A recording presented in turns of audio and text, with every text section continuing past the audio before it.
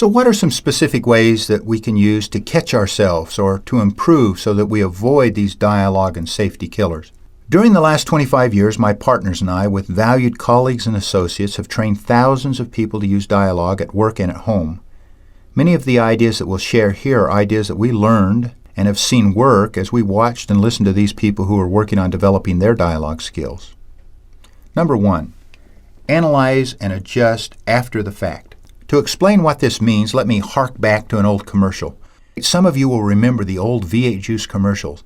Someone drinks a soda or a milk and then notices the V8 juice in the refrigerator. Their free hand flies up and their palm smacks their forehead. Whoops, I could have had a V8.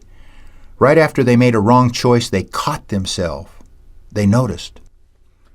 That's an important tactic for improving our style under stress. When we notice that we move to silence or violence, we figuratively put palm to forehead and say, whoops, I could have dialogued.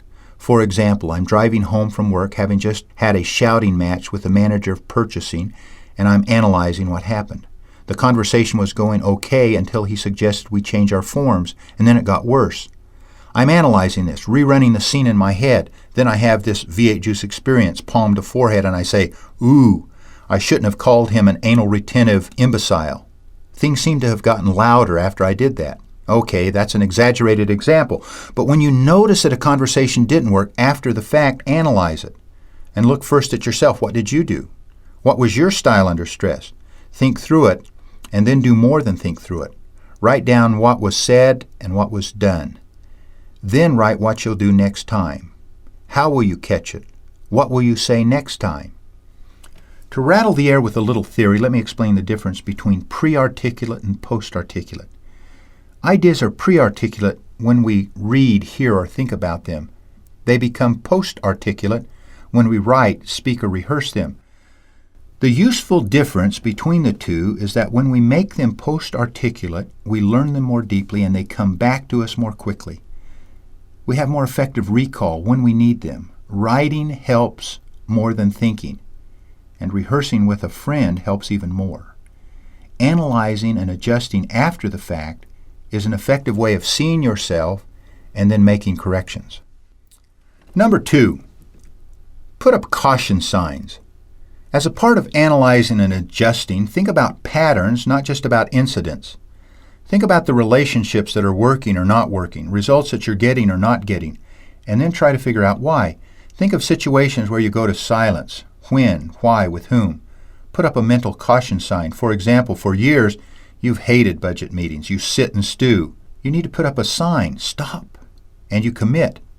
At the next budget meeting, rather than biting my lip, I'm going to speak up in a respectful way, starting with an observation. On the other hand, where and when and with whom do you move toward violence? Identify those, then put up yield signs, stop signs, count to 10 signs. Number 3, make course corrections real time. You are getting better at staying in dialogue and staying out of silence or violence when you can catch situations real time. When you can make course corrections quickly, you are mastering your ability to look. For example, you have a teenager who will not, despite what seems to be years of grounding, clean her room. You often threaten, but this time you catch yourself real time and you say, I'm sorry, I just raised my voice and yelled. I don't want to do that. Let me start again. We've talked twice this evening about you cleaning your room before you go out. Now, you don't act and speak perfectly all the time. No one does. The dialogue smart, however, have learned to look and make course corrections real time. When you find yourself doing that, notice that too. That's progress. Number 4, get feedback from a friend. I've mentioned that the most effective individuals we've studied seek, get, and use more feedback than people who are less effective. A powerful source of feedback comes from friends. Be careful, however, whom you ask. I make a distinction between a friend and an accomplice. A friend is someone who helps you. An accomplice is someone who helps you get in trouble.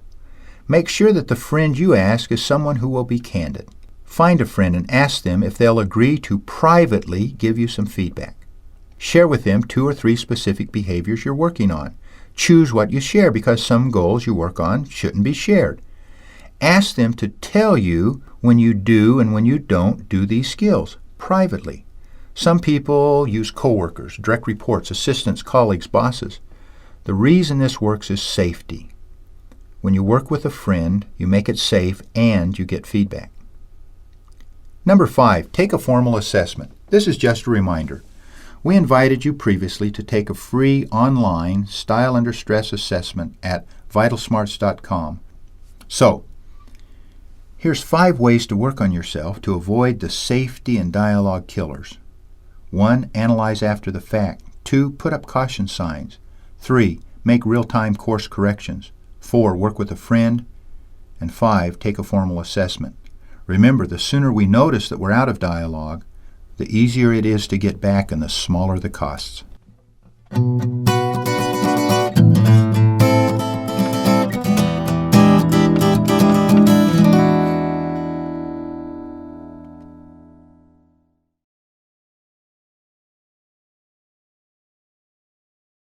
We've been exploring the second principle of dialogue, learn to look. Here's a quick summary and a challenge in closing. Annie Dillard says, what you see is what you get. People who are very effective at dialogue are good at looking and at seeing. What do they look for and what do they see? They see when conversations become crucial. They notice when safety is at risk, when respect and purpose violations make it unsafe to speak up. They also notice the 6 safety killers, 3 toward silence, masking, avoiding, withdrawing, and 3 toward violence, controlling, labeling, and attacking. They realize that a good map helps them see and helps them choose. They are particularly aware of their personal impact on crucial conversations, and they work on self first. They know their style under stress, and they have taken steps to spend more time in dialogue and less time in silence or violence. Now let's take a little test to see if you can see what's going on. In this example, we'll listen to an employee standing behind a counter. In front of this employee is a line of customers waiting to talk. Each of them has something crucial to talk about. 3 will come up one at a time. Listen to what happens. Are people moving towards silence or violence? What is their style under stress? Sorry, it can't be checked out today. We must have 24 hours notice. Look, I've got to have it. If I don't get it... It's policy. Okay. If it's policy, I guess I'll have to do something else. Next, please. Yes, here's my form. Thank you. We'll need a day to review and validate this. When can I schedule you an appointment for tomorrow? Look, I need that now, not in an hour, and certainly not tomorrow. Sorry, it's against policy. Well, it's a stupid policy.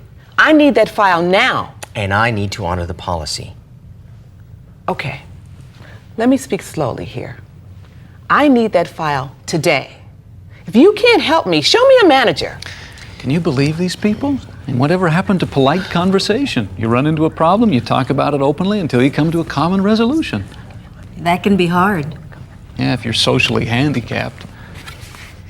You haven't heard the end of this. Not by a long shot. Next, please. Good day. It seems like you're having a bit of a rough time here, huh? It's always like this. How may I help you? I need a duplicate of that policy. Is this property jointly owned by your wife and you? Yes, why? We need to have the signatures of all the owners before we can release a copy of the policy. But you could make an exception this one little case, couldn't you? No. Well, come on, just this once. I mean, bend the rule, huh? Satisfy a customer, surprise and delight. Be a sweetheart. Sure. And then they lock me up in the big house for, say, 3 to 5. I don't think so. Well, come on. What is with you people? You know, I'm a real person with human problems. I come down here and all I get is a sorry wrapped up in some ludicrous policy statement. Do I have to call my lawyer? Look, if I can get ugly... My take on these examples is this. The first customer moved to silence. She simply avoided and then withdrew quietly. The second customer moved toward violence. She labeled and threatened and attacked. The last customer was interesting. He was not self-aware. He talked a good story. He had good intentions. But when things got tough, he failed to notice his own behaviors and moved to his style under stress toward violence. He failed to see what was going on, particularly with himself.